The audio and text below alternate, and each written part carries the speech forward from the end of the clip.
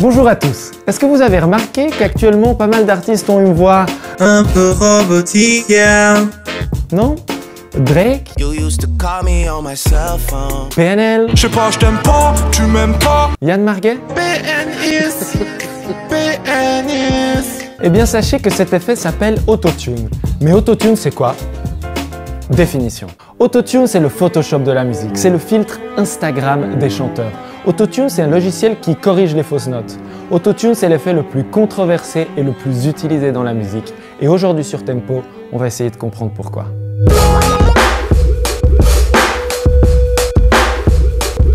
Autotune n'est de loin pas le premier effet vocal. Déjà dans les années 40, il y avait le Sonovox. Harry forms the words, but the instruments sing them. Sing it, Saxes! I know you anywhere, I know that grid. Plus tard viendra la talkbox qui utilise un tube pour projeter le son d'un instrument à l'intérieur de la cavité buccale.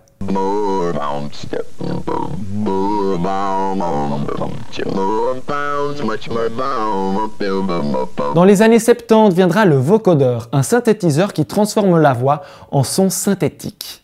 Speaking to this microphone and it comes out of the box sounding like your voice.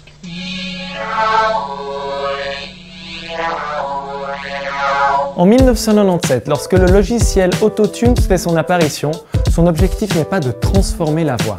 Son inventeur, Andy Hildebrand, un ancien sismologue de chez Exxon, a pour objectif de corriger les fausses notes de la voix de façon imperceptible. Le logiciel permet au studio de gagner beaucoup de temps et d'argent. Plus besoin de réenregistrer une voix qui contient une fausse note. Autotune la corrige discrètement. Mais si les réglages d'Autotune sont poussés à l'extrême, le léger glissement naturel que fait la voix d'une note à l'autre est corrigé. Et ceci donne à la voix un son robotique indésiré. La première artiste à marquer les esprits avec une utilisation détournée d'Autotune sera Cher, avec sa chanson Believe. L'effet est par la suite utilisé dans des chansons pop futuristes des années 90. Mais début 2000, c'est T-Pain qui fera d'Autotune un phénomène culturel incontournable.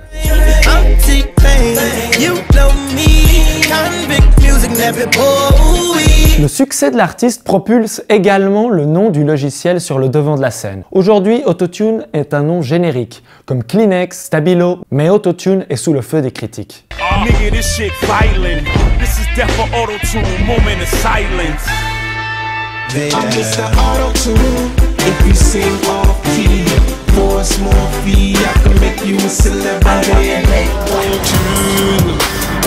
En vrai, on sait pas chanter. Ça comble toutes nos lacunes.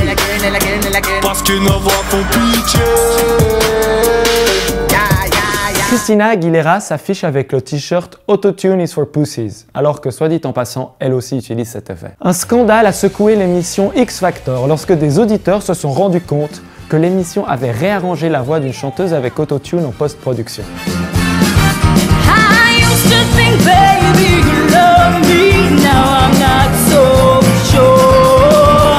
Parfois, Autotune peut s'arrêter en plein milieu d'un concert et révéler à quel point certains rappeurs ne savent pas chanter.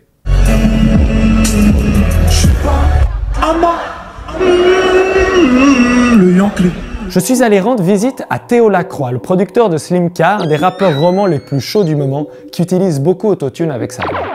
Alors, il y a deux façons d'utiliser l'Autotune, c'est le pitch correction et le hard tune. Le hard tune, c'est celui qui est utilisé de manière artistique, où on l'entend vraiment, où c'est vraiment fait pour qu'on entende que c'est robotisé, que c'est manipulé. Et puis, il y a l'autre, qui est le pitch correction. C'est pour juste corriger la note. Je vais vous faire écouter une fois sans autotune, et après, quand on le met, l'autotune dessus. Oh maintenant, qu'est-ce qui se passe? Oh baby, maman, t'es dans le flou. Elle a pas plusieurs petits taches.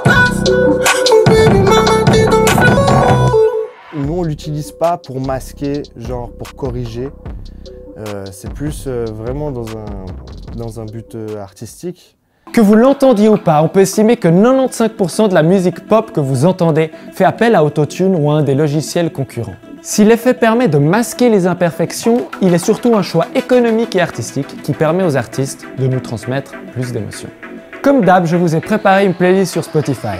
J'ai sélectionné des morceaux qui retracent l'évolution de la modification vocale depuis les premiers talkbox jusqu'à Autotune. A plus!